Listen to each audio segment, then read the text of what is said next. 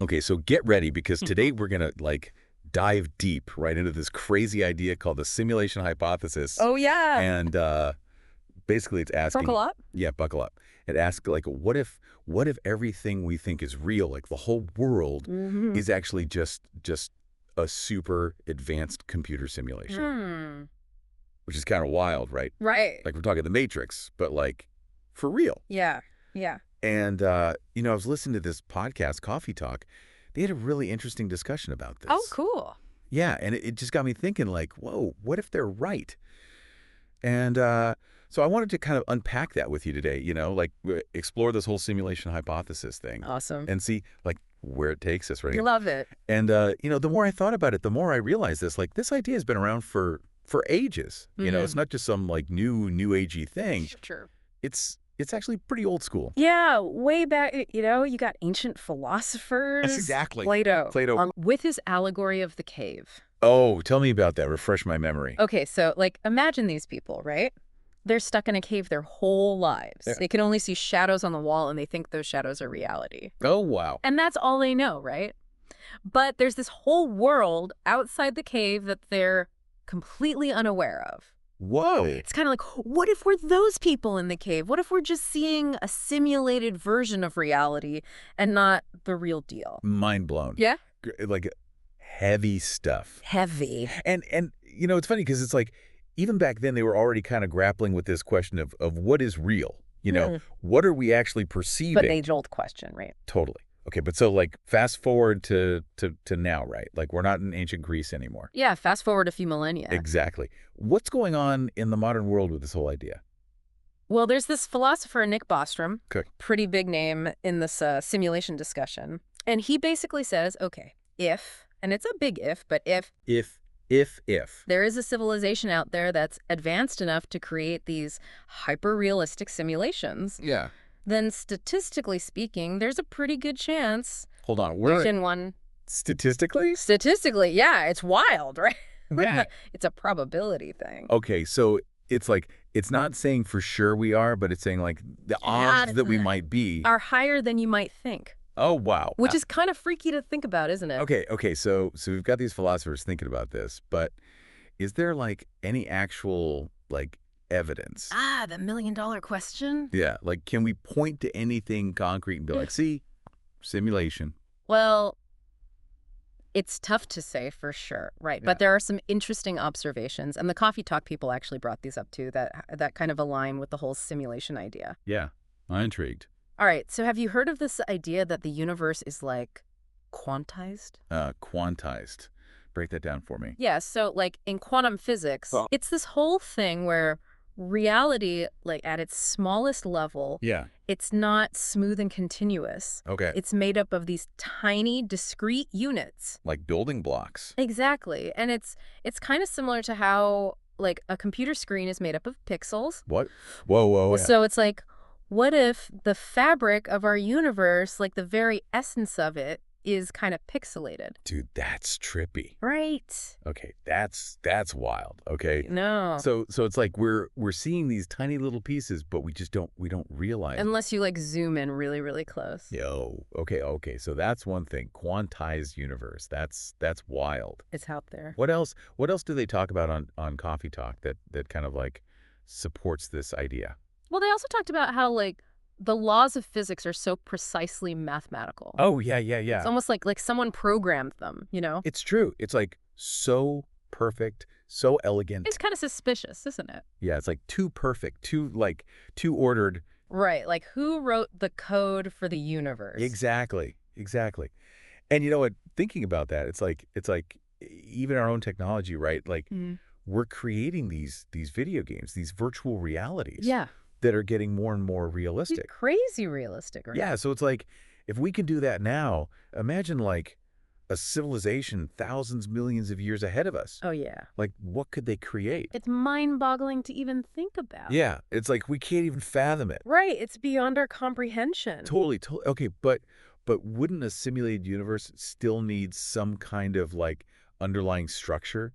Wouldn't there still have to be some sort of base reality to build it on? That's a good question. Yeah, it's like, like you can't just have a simulation out of nothing. Right. It's like, where's the code? Right. Exactly. It's a bit of a chicken and egg situation, I think. Oh, okay. Because even if our universe is simulated, it would still need a set of rules, like some kind of foundation to operate on. Yeah, like the laws of physics. Exactly. But whether those laws come from a base reality or are just part of the simulation's programming, that's a tough one. Yeah, it's like we don't really know. It's a mystery.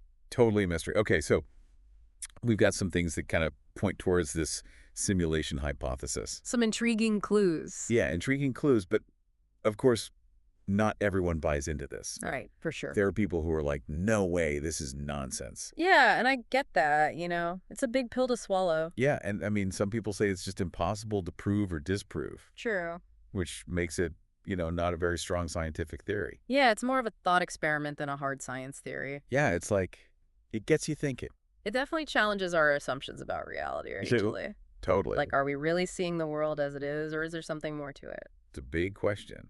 Yeah. And then some people just prefer the simplicity of believing that what we see is what we get. Right, like the universe is real, end of story. Yeah, like why overcomplicate things? Yeah. And honestly, I can kind of see that perspective too, It's kind of comforting in a way. It's a comfortable idea. Yeah, like this is it. This is reality. Let's just roll with it. Yeah, but I think the cool thing about the simulation hypothesis is that it forces us to confront the limits of our perception. Oh, good. And to really consider that reality might be way stranger than we can even imagine. Then we can even begin to grasp. Right, like our little human brains might not be equipped to understand the true nature of things. Totally, totally. And one of the things that really got me thinking from that Coffee Talk episode was like, what does this mean for us? Like, if we're in a simulation, what does that mean for our sense of self, our purpose? Like, does it all even matter? Whoa, big questions, right? Yeah, like if we're just lines of code in some giant program, like, does that make our lives any less meaningful? Yeah, it's a real head scratcher, isn't it? Like, what about free will? If it's all just predetermined, does that diminish the choices we make? Exactly. I can get kind of dark, honestly. Yeah, it can go to some deep, dark places. It can. But the Coffee Talk people, they said something that I thought was really interesting. Oh, yeah.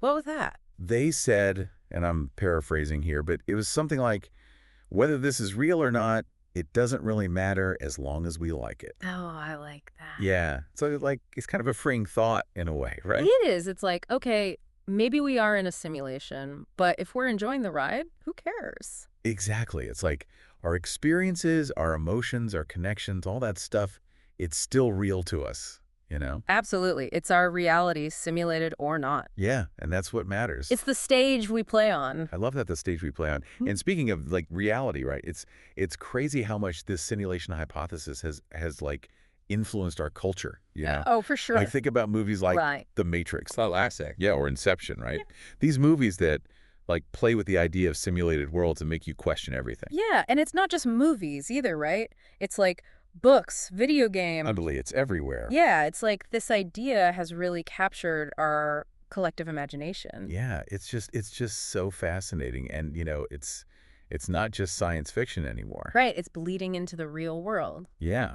Like they mentioned on Coffee Talk that scientists are actually starting to do research into this. Yeah, like looking for signs of artificiality in the universe. What?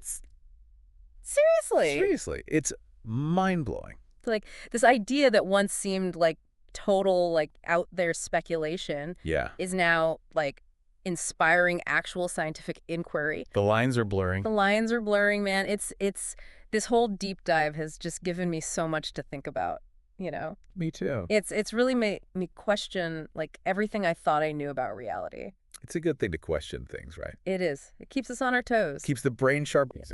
Exactly. So, what about you? What are your final thoughts on all this? Where do you land on the simulation hypothesis? Well, it's tough to say for sure, right? We might never know for certain if we're in a simulation or not. But, that last question they asked on Coffee Talk really stuck with me. They asked, if you had the choice, would you rather live in base reality knowing it's all there is? Or would you choose to be a character in a perfectly designed simulation, like maybe even a blissful one where everything's awesome? Whoa. Right? So I guess that's my question for you and for everyone listening. Mm. Which would you choose? Think about that one. Mind blown. I think we need another deep dive just to unpack that question. Absolutely. Until next time. Questioning. Keep it real or simulated, whatever it is. Right. Who knows? Exact. All right, we'll see you next time. See ya.